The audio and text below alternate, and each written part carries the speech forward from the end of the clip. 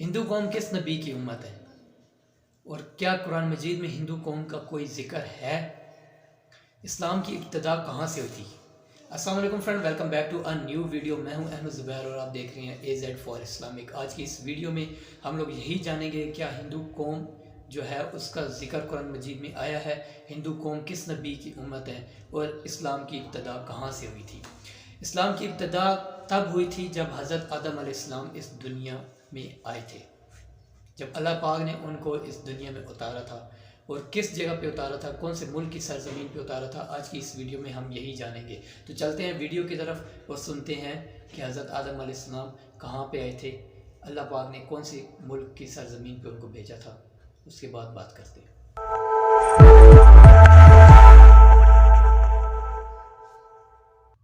بسم اللہ الرحمن الرحیم۔ السلام علیکم۔ علم کی بات دیکھنے والوں کو راؤ قمر رضوان نئی ویڈیو میں خوش آمدید کہتا ہے۔ دوستو، ہندو محققین اکثر ہندو مذہب کو دنیا کا قدیم ترین اور سچا مذہب ثابت کرنے کے لیے اسلام اور قرآن پر عجیب و غریب اعتراضات اٹھاتے رہتے ہیں، لیکن وہ یہ نہیں جانتے کہ ان تمام تر سوالات اور اعتراضات کے مفصل اور قابل قبول جوابات ان کی اپنی ہی مذہبی کتابوں میں موجود ہیں، لیکن پھر بھی یہ لوگ نعوذ باللہ قرآن اور اسلام کو جھوٹا اور غلط ثابت کرنے کے لیے کوئی موقع ہاتھ سے نہیں جانے دیتے۔ ہندو سکالرز کے مطابق ہندو دھرم قدیم مذہب ہے اور اسلام کی ابتدا صرف 1400 سال پہلے عربوں سے ہوئی، اس لیے مسلمانوں کا ہندوستان کی سرزمین سے کوئی رشتہ نہیں۔ لیکن یہ کم عقل سکالرز یہ نہیں جانتے کہ نہ صرف معتبر اسلامی کتب بلکہ ہندوؤں کی اپنی کتابوں سے یہ بات عیاں ہے کہ حضرت آدم علیہ السلام کو جنت سے جس سرزمین پر اتارا گیا تھا وہ سرزمین ہندوستان ہی تھی۔ قرآن کے مطابق حضرت آدم علیہ السلام دنیا کے پہلے مسلمان اور پیغمبر تھے، اس لیے ہندوستان پر سب سے پہلا قدم ایک مسلمان نے ہی رکھا، لہٰذا اسلام کی ابتدا عرب سے نہیں ہندوستان سے ہوئی۔ ہندوؤں کی کتاب جیسے رگ وید اور بھوشیہ پرانا میں مکمل واقعات ملاحظہ کر سکتے ہیں، مثلا آدم کی تخلیق، فرشتوں کا سجدہ کرنا، آدم علیہ السلام سے حوا علیہ السلام کی تخلیق، شیطان کا دونوں کو بہکا کر شجر ممنوعہ کو چکھانا اور پھر بطور سزا کے دنیا میں اتارا جانا وغیرہ۔ ہندو محققین قرآن پاک کے اس دعوے پر اعتراض کرتے ہیں کہ دنیا میں بسنے والی کوئی ایسی قوم نہیں کہ جہاں اللہ تعالیٰ نے کوئی پیغمبر نہ بھیجا ہو۔ قرآن پاک کی سورہ رعد اور سورہ یونس میں اللہ تعالیٰ کا ارشاد ہے کہ ہر قوم یا امت کے لیے ایک رسول بھیجا گیا، اور سورہ ابراہیم میں اللہ تعالیٰ ارشاد فرماتے ہیں، اور ہم نے آپ صلی اللہ علیہ وآلہ وسلم سے پہلے جس کسی کو بھی بھیجا اس کی قوم کی زبان میں بھیجا تاکہ ہم ان پر ہدایت کو واضح کر دیں۔ ہندو سکالرز کو اعتراض ہے کہ قرآن پاک نے نہ تو ہندو قوم کا ذکر کیا اور نہ ہی ان کے رسول کے بارے میں بتایا۔ پہلی بات تو یہ کہ ہندو دھرم نام کا کوئی بھی مذہب دنیا میں موجود نہیں ہے، نہ صرف قرآن پاک بلکہ ویدوں میں بھی ایسے کسی مذہب کا ذکر نہیں ملتا، بلکہ اس کو سناتم دھرم کہا گیا۔ اور اگر آپ لفظ سناتم دھرم کا ترجمہ عربی میں کریں تو سناتن کے معنی القین یعنی قائم رہنے والا اور دھرم کے معنی الدین کیے گئے ہیں۔ عربی میں سناتن دھرم کو دین القیم کہا گیا، جس کا ذکر قرآن پاک کی سورہ روم میں موجود ہے، یعنی اسلام ہمیشہ باقی رہنے والا دین ہے، لیکن اکثر لوگ ایمان نہیں لاتے۔ دراصل سناتم دھرم کا مطلب عربی میں اسلام ہی ہے۔ تاریخ اور مختلف ادیان کی کتابوں سے یہ دلائل کے ساتھ ثابت ہے کہ وید جس شخص پر اتارے گئے وہ کوئی اور نہیں بلکہ ہمارے سب سے پہلے رسول حضرت نوح علیہ السلام ہیں۔ وید خود بھی اس بات کی تائید کرتے ہیں کہ وید میں حضرت نوح علیہ السلام کو مہانوا کہا گیا ہے۔ حضرت نوح علیہ السلام کو سلاب عظیم والا مہانوا کہا گیا ہے، اور ایک جگہ ہے کہ منو کے دور قیامت میں جب ساری زمین ایک سیلاب میں غرق ہو جائے گی اور تمہارے ذریعے سے مخلوق کی دوبارہ ابتدا ہوگی، تب میں ویدوں کو نافذ کروں گا۔ سورہ نوح میں قوم نوح کے جن دیوی دیوتاؤں کا ذکر ملتا ہے ان کی پوجا صرف ہندوستانی ہندو ہی کرتے تھے۔ سناتن دھرم میں حضرت نوح علیہ السلام کی کشتی سے لے کر سیلاب کے بعد تک کے واقعات بڑی تفصیل کے ساتھ موجود ہیں۔ حضرت نوح علیہ السلام کی قوم بنو راسب کو قرآن پاک میں سابی قوم کہا گیا ہے۔ اس شہر جہاں حضرت ابراہیم علیہ السلام پیدا ہوئے اور قدیم تہذیب ہڑپا और मोहनजोदाड़ो की तहकीक से ये बात साबित हो चुकी है कि दोनों तहजीबों का आपस में बड़ा गहरा ताल्लुक था। कुरान में साबी कौम के जिक्र से पता चलता है कि इस कौम का जिक्र जा बजा आसमानी कुतुब रखने वाली कौमों के साथ हुआ है। साबी कौम एक खुदा को मानते थे मगर मुशरिक थे। साबी कौम यमन की तरफ मुंह करके नमाज पढ़ते थे। तहजीबों के मुताले से ये बात साबित हो चुकी है कि हिंदू मजाहिब के लोग बड़ी तादाद में यमन में आबाद थे। वहां पर आज भी शाम और हिंद के नाम से किले मौजूद हैं। साबी फरिश्तों की परस्तिश करते थे। हिंदू मजहब में कसीर तादाद में मूर्तियों का तस्वुर फरिश्तों का तस्वुर है और वो उनकी पूजा करते हैं। सितारों के पुजारी थे। दुनिया में शायद ही किसी कौम की इतनी दिलचस्पी सितारों के साथ हो जितनी के हिंदू मजहब की है। साबी आग की परस्तिश करते थे और हिंदू मजहब के लोग आज भी आग को मुकद्दस और उसकी पूजा करते हैं। यहाँ पर एक निहायत ही दिलचस्प सवाल पैदा होता है कि आखिर सब कुछ पढ़ने और जानने के बावजूद भी हिंदू मजहब के लोग किसी नबी या रसूल को क्यों नहीं मानते और खुद को किसी रसूल का उम्मती क्यों नहीं कहते, और आखिरी नबी हजरत मोहम्मद मुस्तफ़ा सल्लल्लाहु अलैहि वसल्लम का जिक्र हिंदुओं की किताबों में इतनी तफसील के साथ क्यों किया गया है।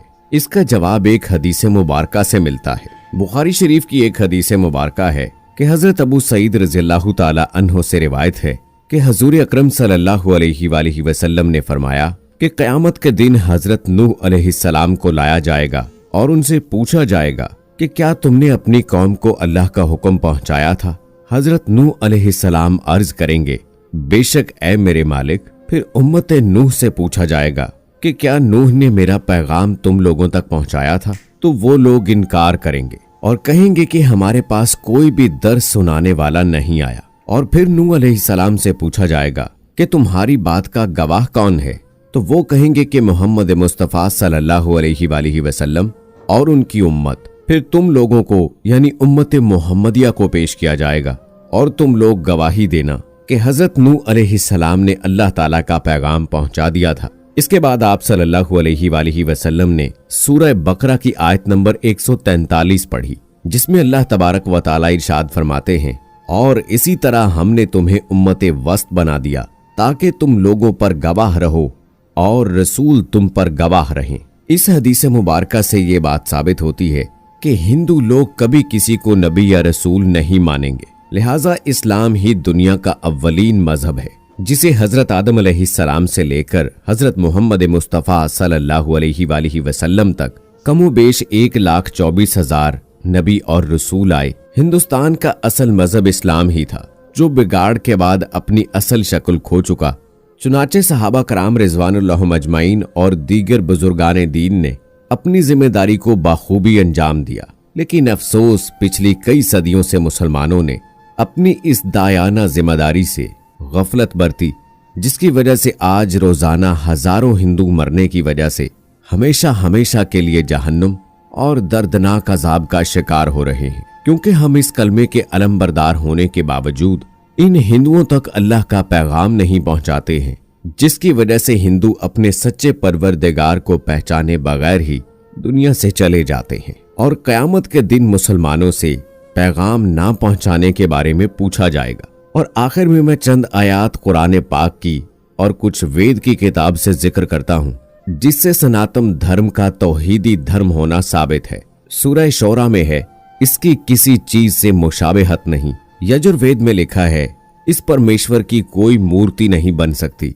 सूरह बकरा में लिखा है, अल्लाह का ही है मशरिक भी और मगरिब भी। फिर हिंदुओं की किताब ऋग्वेद में कुछ इसी तरह के अल्फाज लिखे हुए हैं, सब सिमतें उसी की हैं। सूरह यूनुस में अल्लाह ताला फरमाते हैं, अल्लाह की बातों में कोई तब्दीली नहीं हुआ करती, जबकि इन्हीं अल्फाज को ऋग्वेद में लिखा है कि खुदा के कवानीन नहीं बदलते। सूरह हदीद में अल्लाह ताला का इरशाद है, और जहां भी तुम हो वो तुम्हारे साथ है, और जो भी तुम करते हो इसे अल्लाह देख रहा है। जबकि कुरान पाक के इन्हीं अल्फाज को 18वां वेद में लिखा है, जो खड़ा होता है और चलता है, जो धोखा देता और छुपाता फिरता है, जो दूसरों को तकलीफ देता है और जो आदमी खुफिया बातें करते हैं, तेरा परमेश्वर इन सब को जानता है। तो दोस्तों, इन तर्जमों से ये बात साबित होती है कि बहुत सारी लफ्जों में मुशाबहत पाई जाती है।